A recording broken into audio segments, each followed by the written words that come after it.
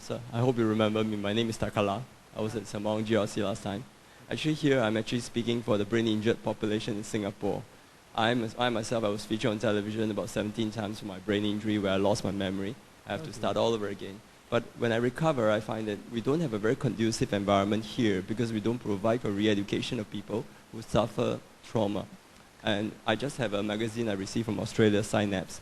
It says that Australia has about 1.6 million people actually affected by brain injury.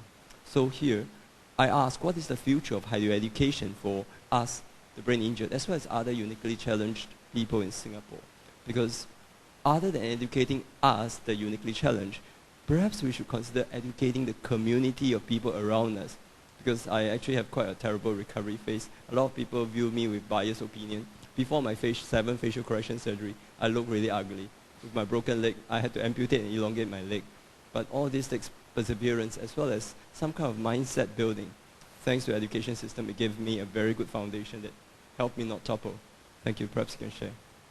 Thank you. First, may I say how sorry I am about your circumstances and the trauma which you had to go through. I'm sure it must have been terrible for not only for yourself but for your family. My father died of heart attack because of accident. And your loved ones.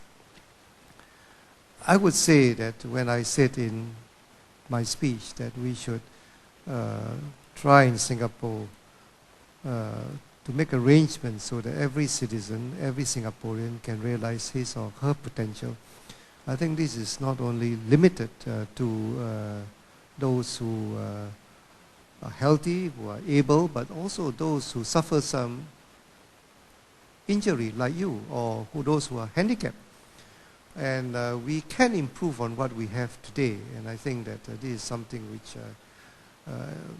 given the level of development which Singapore has achieved, we should look into the circumstances of people who need help, people who have suffered injury, people who are handicapped, and help them also to live fulfilling lives. And this, of course, will require additional effort, and I hope that the government will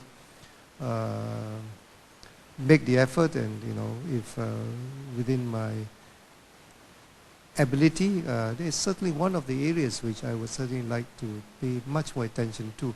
I believe that for many people in Singapore, given help from the government, from civic society, from private institutions, they can reach another level of life, that their life is not over, that there is still a life ahead of them.